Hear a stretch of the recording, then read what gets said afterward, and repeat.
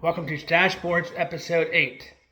Today's topics will be about the latest news out of Pittsburgh Penguins, the latest on the Steelers injuries, and Thursday Night Football's predictions, and NFL news.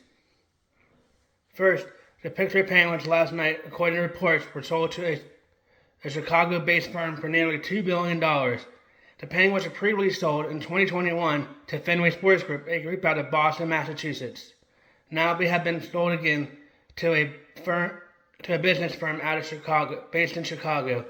Let's hope that this can help the Penguins and they can spend money on players to try to get Sidney Crosby another cup before Sidney Crosby retires and hangs it up.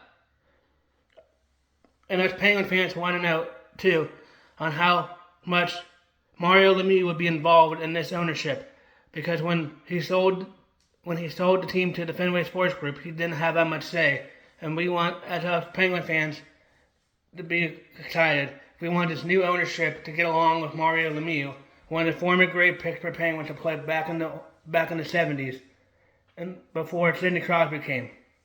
He was one of the greatest players to play, and we needed him to have more say in the day-to-day operations of the Pittsburgh Penguins as well.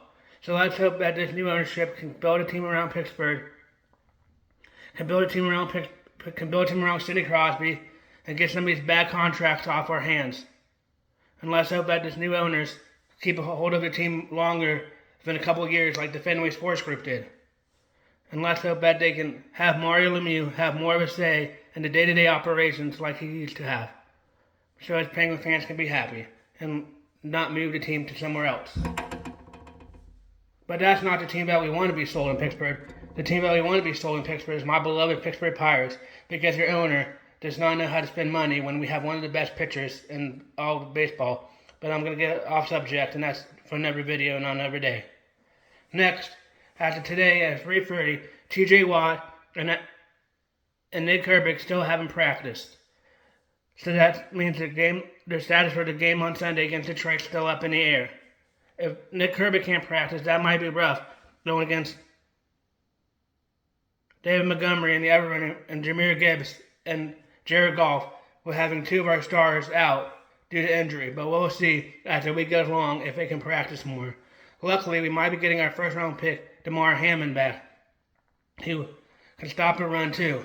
Let's hope he can come back. He was a game-time decision last week, but Tomlin decided to sit him one more week. So let's hope we can get our first-round draft pick back, T.J. Watt back, and Nick Herbig back. But I'll keep you more updated on that as time goes along, and as we get more updates on the Steelers that are more reliable, because we've been getting some false updates on T.J. Watt's injury and stuff from other sources. But we'll see. Once we get other news from the Steelers about T.J. Watt, I'll keep you updated on that. Next, in the NFL, after the Steelers beat the Dolphins finally decided to bench Tua for the quarterback in favor for rookie quarterback Quentin Ewers, who went to the University of Texas last year and started over Archie Manning kid, who is related to Peyton Manning and Eli Manning. But now Tua is benched for the Miami Dolphins, and the Miami Dolphins are going with a rookie quarterback. But Tua had a couple of decent years in Miami, and that GM who got fired earlier this year decided to give him a lot of money. Tua is making $55 million this year now just to sit on the bench and not start. And Tua's future for Miami could be up. And I heard on a report from somewhere that Tua is owed $56 million next year. But I'm not no math whiz, so I don't know how that would work if Tua gets cut or goes to a different team. But that's a lot of money for an average quarterback. Maybe that's why the Miami Dolphins GM got fired, because he was giving out ridiculous contracts to average quarterbacks. And Miami still has not won a playoff game since 2000, and that won't change since Miami has been mathematically eliminated from playoff hope. But we'll see. But I guess since they've been eliminated from playoff hope, they want to give Quentin Ewers all the chances they can get to see if they have to draft a quarterback or what the quarterback future will be in the future. But the Steelers need to focus on Detroit and not worry about Tua being benched. But for those Miami fans that watch, I was just letting you know that Tua was benched for Quentin Ewers, and that Tua still gets paid all his money even though he's not starting for the Miami Dolphins. Wow, that was a bad contract. Might be as bad as Deshaun Watson's contract.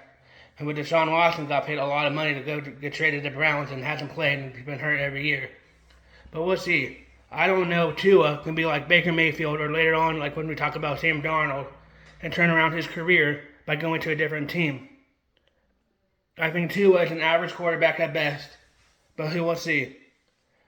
There's other quarterbacks like Sam Darnold, Baker Mayfield, and Daniel Jones, but had a different scenery, change of scenery, and better offense, and are looking better now. But I don't know Tua if he gets out of Miami with a coach that's better. Because I don't think Mike McDaniel is all that good. In my opinion, earlier on this year, I thought Mike McDaniel, the Miami Dolphins coach, might be the first coach fired. But we'll see if he makes it past next year with a new general manager coming in. Tonight's game is between the Los Angeles Rams and the Seattle Seahawks. Both teams come in at 11-3 and looking to control the NFC West. NFC West, my bad. NFC West. Right now, the Los Angeles Rams already have a playoff spot no matter what happens the last 3 games. And Seattle is still looking to get into the playoffs. The last time they played each other this year, the Rams edged out a close game. Tonight, I think the Rams do it again and edge out another close game against the Seattle Seahawks. But the interesting fact about the Seattle Seahawks is their quarterback, Sam Darnold. A few years ago, Sam Darnold played for the Jets, I believe, and was thought of to be a backup quarterback only. But then he got cut and made it to Minnesota, where he turned around his career last year. And got paid a lot of money to go play for Seattle this year, and is looking a lot better than he did in his time in New York, where he looked like he would be a backup quarterback. But now he looks like he could be a true starter and turn around his career. Sometimes players like him, Baker Mayfield, and Daniel Jones just need to change the scenery, a better coaching staff, and a better play system to turn them around and get them back to where they were coming into the pro football when all the people thought, oh, they could be good players. But Seattle Seahawks are 11-3. I think it'll be a close game tonight. I think Seattle loses, like I said before, but we'll see. Like I said last week, Tampa Bay would win big, and it didn't happen. So don't take my word. I could be wrong. I just like to watch the football games and hope for a close game. Hope for a close football game in that. But Seattle, the Los Angeles Rams are also without star receiver Devontae Adams tonight due to a hamstring injury. So Puka will have to have all the catches himself and have to share with somebody else in the Rams offense. The Rams have a good run game this year. Let's see if that can get going against the Seattle Seahawks' tough defense. This will be a tough game because they played each other already once this year and the Rams won.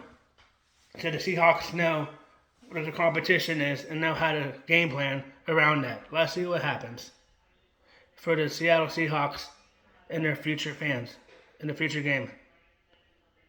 Later on, but TJ Watt is still out with a lung, and Nick Herbig with a hamstring. I haven't heard anything about Isaac Salomalu, but I'll keep you updated as long as I know. The Steelers need to prepare and focus for Detroit, because Detroit is coming off a loss and is fighting for a playoff spot, so they're going to be hungry. And Jared Goff is a really good quarterback, a lot better than Tua in my opinion, so they need to perform better this week without TJ Watt if he is absent yet again. And get our record to 3 wins without TJ Watt, like we did last week by getting 2 wins. But we'll see what happens with that. And last up is new ownership for the Pittsburgh Penguins helped them win Stanley Cups. And tonight, when they play the Canadiens, they can get back on the right track and stop losing close games and stop blowing leads late in periods like they have been in the last few games. Let's hope our defense can show up tonight and protect the net so they don't have so many goals go past them. And that our goaltender tonight can be a lot better than they have been in the past. And the Penguins can get back on track like they were at the beginning of the season when the experts are starting to believe that they might have a chance to make the playoffs and do other stuff.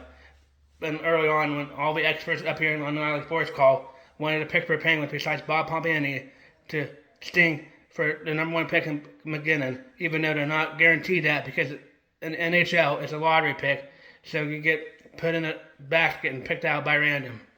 But I think the Penguins will turn around their ongoing tonight and win again. Let's hope they can win tonight.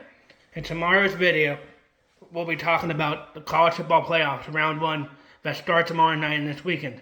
I'll give you my predictions and my updates, and the latest on the Heisman winner and the drama from the Heisman ceremony that happened this week by the quarterback for Vanderbilt, and how he acted like a child and might have affected his draft capital. But we'll get in that video tomorrow. As always, thank you for watching Stache Sports. Thank you for watching Stache Sports Episode 8. If you have any comments about what I want to talk about later, please leave them down below. Thank you for commenting, and I always try to read the comments and comment back. Thank you for watching Stache Sports.